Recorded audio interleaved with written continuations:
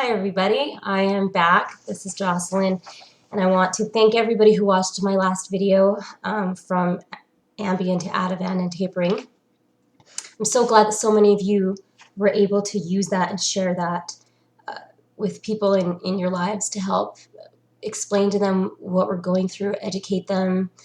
I am back to do another video. I wasn't planning on coming back quite so soon. I was going to wait until I felt a little better, actually. I just had it rough. I started coming down with some kind of stomach issues, and because of that, I missed one of my doses the other day. I'm still tapering off the last 2 milligrams of Valium. Just to give you an idea, I'm taking less than 2 milligrams of Valium a day. A 2 milligram pill is the smallest pill that they can prescribe you for benzodiazepine that I know of. I'm not even taking that full amount, and I split that in half and take half in the morning and half at night. So the dose that I missed was 0.975 milligrams of Valium.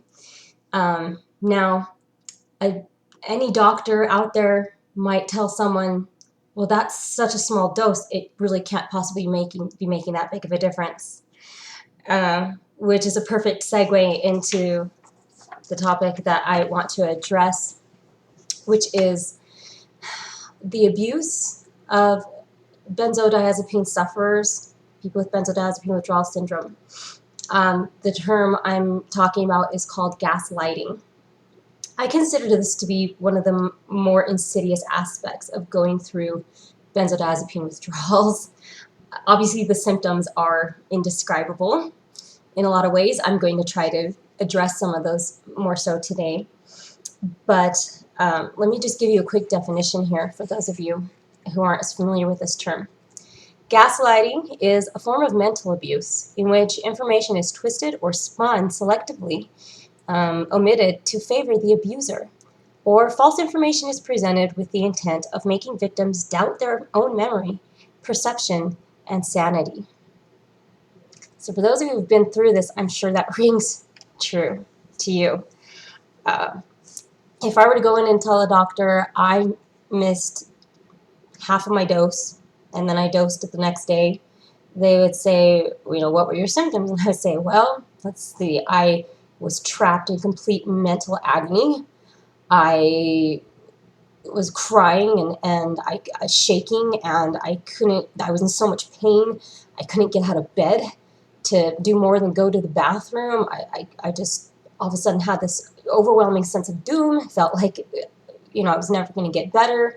They would say, well, a little dose like that couldn't do that much. Well, that would be an aspect of gaslighting. I have a list that I've made here from different sources that I found that describe gaslighting. It's usually more in reference to women who are being abused mentally by their partners. But for those of us who are going through this, we know that our relationships with our medical providers can be a very intimate one. So I think this relates very well. I'm just going to go through each one and kind of describe my own personal experience with each of these definitions. So number one, you're told something is normal that you feel deep in your bones is not. How many of us have gone to the doctor and we've been told, you just get off this in 4 weeks. You get off it in 4 weeks, you go through withdrawals, and then you're done. I knew that wasn't true because I had tried that for about a month, and I was horrible, crossed over to Valium, was still doing terrible. I never stabilized out, really. I just it was awful, and I knew that if I had continued down that path, I would be that way for an indeterminate period of time. So we know that you cannot just get off benzos and be fine. Are there people out there who can? Yes. There are people that for some reason take benzodiazepines, they abuse benzodiazepines, then they get off of them, they go through a little bit of withdrawals, and they're fine. But there is a large percentage of the population out there whose GABA receptors become downregulated. I believe they become downregulated almost immediately, and we don't know it because we don't necessarily try to get off immediately. For the people I who I do know who did try to get off after just being on it a couple weeks, they're every bit as bad as those of us who've been on these for years. So that's a lie. That's information that has been withheld from the public, either by the pharmaceutical industry or by doctors. I don't know exactly who is to blame for this, but we know that's a lie. And so when we go into our doctors, they're coming at us from a premise that just simply isn't true, and we know isn't from our own personal experience. We're told, well, you just don't want to face the pain of withdrawals. I'm sorry, but I had a doctor say, well, you know, I know it's hard, it's stressful, you don't have to face it, but I'm like, dude, do you know how long I've been going through this? Do you know how much agony and pain I have been suffering over the past, whatever it was at the time, 7, 8, 9 months? Don't you think that if I could just get this over with in a month and be done, I would do that in a heartbeat? Nobody in their sane mind would choose to go through this for 1, 2, 3 years. And of course, then we come to the, well, you must be crazy. Or you must be a drug addict, right? Because you just want your Valium, your 2 milligrams of Valium. So number 2, you are told you are paranoid, too sensitive, or stressed out. When I was still tapering the Ativan, and if you watch my last video, I was pregnant. That's why I was trying to get off. And I was just in the throes of acute withdrawals. And I went in with the symptoms of a miscarriage. But also I wanted to maybe consider switching over to Valium. I was also in an extreme amount of pain, which I didn't realize at the time was benzo related, because it was in my reproductive areas, and I thought it had more to do with the pregnancy or something. So I talked to the doctor about possibly crossing over to Valium. I showed him benzo.org.uk, the equivalency chart. I was asking him a lot of questions, and this was in the middle of being in acute withdrawal, so I felt I was doing a pretty good job of keeping it together, because I had just learned that I was about to lose my baby. And I'm reading over my medical records, and he says he explained everything to me, walked out of the room. Then the nurse came out and said that I had more questions and that I was hysterical. So he comes in, and she was hysterical and asking all these questions and wanted to take Ativan and Valium at the same time. And I told her that was absolutely not recommended. Well, I was talking about doing a crossover, which is what is recommended by the experts. And I was not hysterical. Was I emotional? Did I shed some tears? Yeah, would anybody in that situation have done that? I believe so. But here I am being labeled hysterical. And by the way, I just have to give a shout out to the women going through this, because we are far more likely to have that label put on us. Have you ever heard of a guy who's been labeled hysterical because he's going through a rough time? I don't know. That's my own personal opinion there. Number 3, you start exhibiting crazy behavior.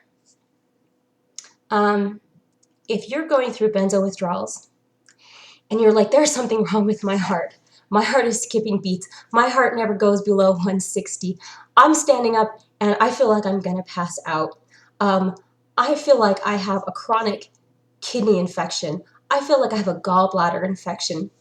If you remember from my last video, it may have been in a pop-up, because I wasn't able to discuss everything, and so if you didn't see the pop-ups, you might want to go back and watch that video on your computer as opposed to your phone, so you can see those.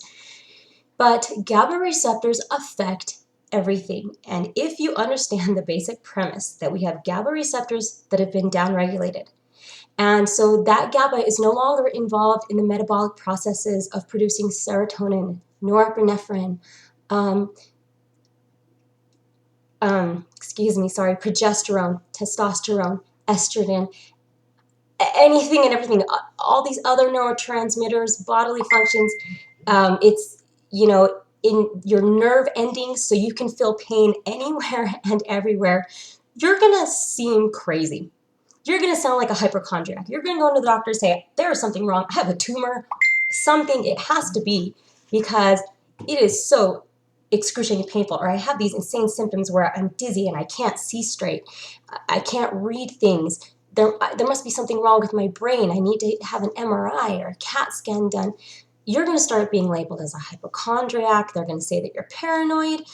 Heaven forbid if you tell them the mental symptoms that you're having, you're going to tell your doctor, I'm having auditory hallucinations. Well, this person must be schizophrenic, or this person must be psychotic. So yeah, you're going to be labeled as crazy during this, but you're not. It is benzo withdrawal syndrome. It is all benzo related. We have all experienced these symptoms. Number 4, you mistrust your perceptions.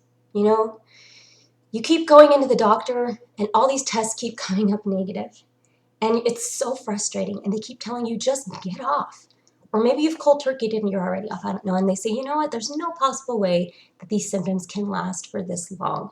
You're bipolar. You need to get on something. And you start thinking, well, maybe they're right. I mean, the entire medical community is telling me this. I'm experiencing all these symptoms, you know, but maybe I'm not. Maybe I'm just crazy. I don't know. Number 5, you begin to accept their perceptions even though they don't seem true. When I went in and was, you know, trying different doctors, trying to find a doctor who was benzo wise, who understood this, I was told many things. One of the things is I, you know, discussed Ashton. I had this doctor sitting there talking to me, asking me questions. And he's like, well, that's all pseudoscience. And I was just kind of blown away. I'm like, well, what science are you referring to? What studies are you referring to? Because I have studies that I've read, I've had. And plus just the anecdotal evidence of tens of thousands of people. You can't just completely disregard that. I went into another doctor towards the beginning of this before I knew better than to just sort of keep quiet about some of these mental symptoms. And I said, I have these crazy thoughts in my head. I mean, these thoughts are scary. I'm worried I'm going to hurt myself or that I'm going to harm somebody else. And this guy supposedly was an expert on helping people get off benzos. I said, I know you're supposed to go slow. I'm like, do you understand how to do a 10% reduction taper? He said, no, I just help people get off them. And I'm like, but you've never heard about the Ashton method? No. He's like, look, just cut your Valium by 2 milligrams. I'm going to prescribe you some Prozac. You know, some women just can't handle being mothers. And he told me his wife was that way, you know. She just couldn't handle being home all day with the kids. She needed to be doing other, and it was just too much of a stress. And some women just couldn't handle being moms. And you know, you're so vulnerable during this. You really are just vulnerable to so many suggestions. I walked out there with my prescription of Prozac thinking, maybe he's right. Maybe I just, you know, but then I thought about, like, no, I love being a mom. I adore children. I taught children. I chose to go into that profession. I would invite all the children in the neighborhood over to my house and just do activities with them for fun because I love children. And here I am accepting this idea that, well, maybe I just can't handle being a mom anymore. That's gaslighting. Number 6, you start to feel like your memory is terrible, or maybe they're not remembering things correctly.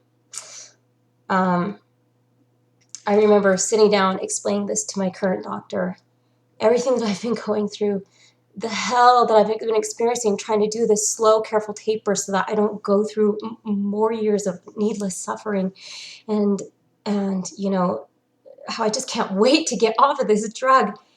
And at the end of it all, he says, so when you're finished, are you planning on taking these as needed, or what's your plan?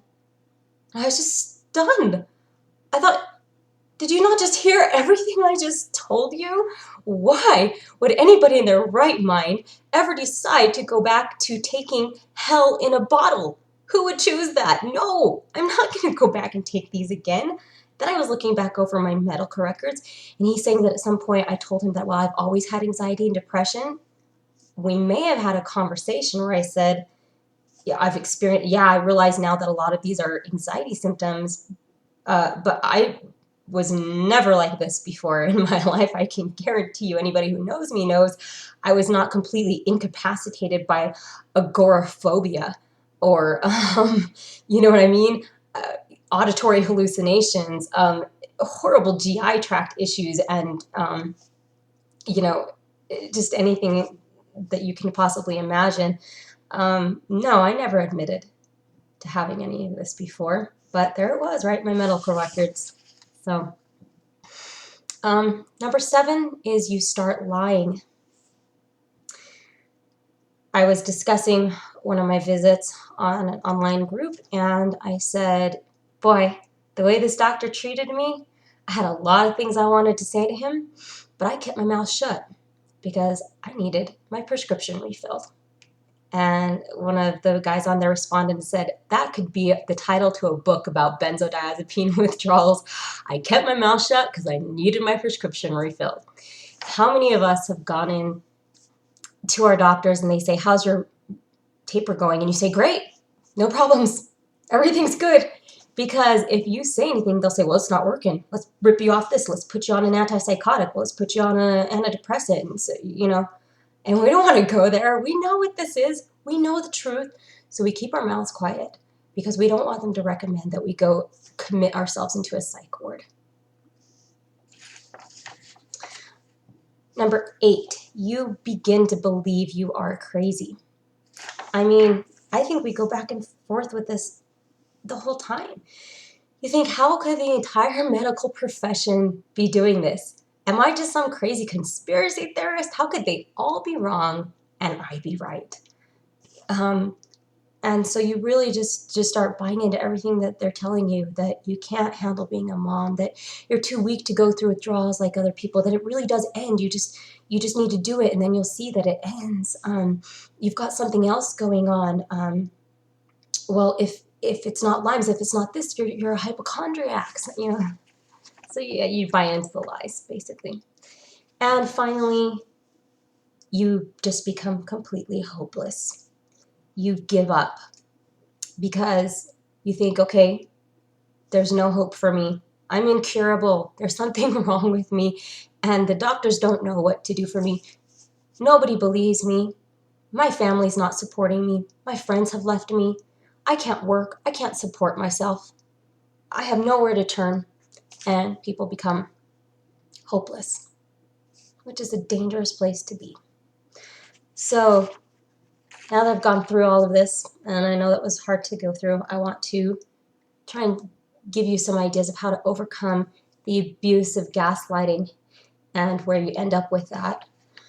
Some of the advice says to ignore their motives. You know what? Your doctor may seem like a really nice guy. He may seem like he's trying to help you. Or, whatever his reasons are, it doesn't matter. It doesn't matter if you hurt his ego and so he's just doing this because, whatever. That doesn't matter.